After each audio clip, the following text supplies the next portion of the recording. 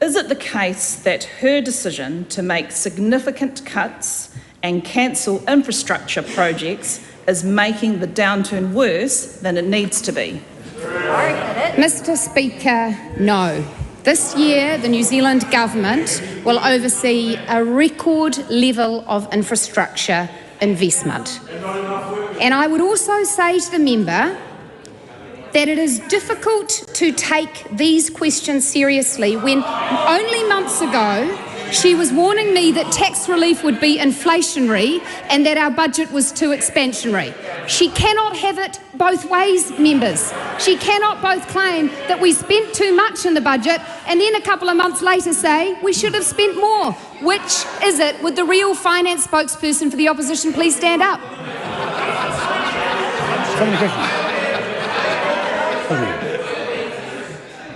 Supplementary question.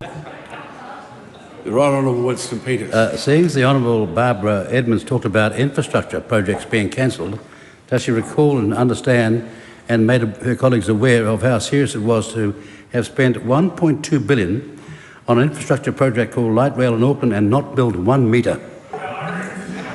Well, Mr. Speaker, the Deputy Prime Minister raises a very good point. It is something that I lament often when I think of the hundreds of millions and billions that were wasted on go-nowhere projects. Light rail, Three Waters, the list goes on, Mr. Speaker.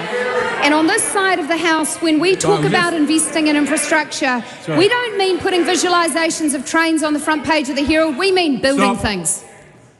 Everyone has calmed down.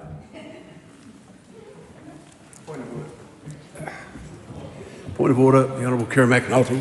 Mr. Speaker, we've discussed a number of times in question time the use of patsy questions from government parties to government ministers for the purpose of making a political point.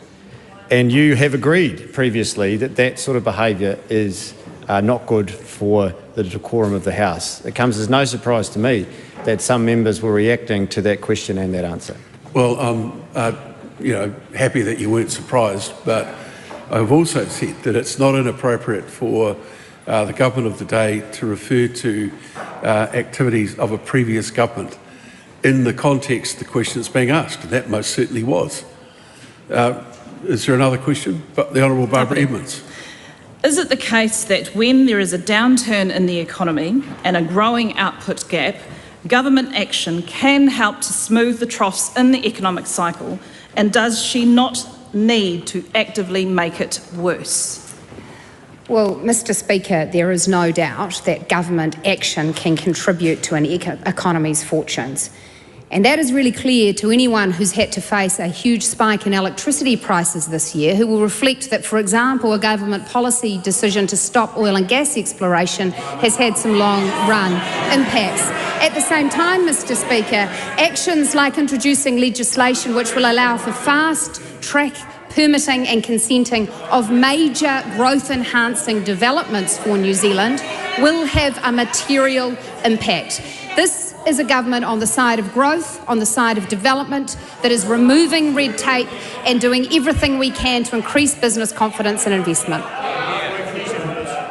So the question. Yeah, hang on. Right Honourable Winston Peters. Going from the Honourable Barbara Edmonds' question on infrastructure projects being closed down, what was the cost for the cycleway over the Harbour Bridge at Auckland, costing at $54 million and not one? What do you say? No, we'll get around to IREX shortly, but in the meantime, it's going to be the cycleway over the Harbour Bridge that did not cost $54 million for not 1 metre being built. There's no need to answer that question because the question actually contained its own answer.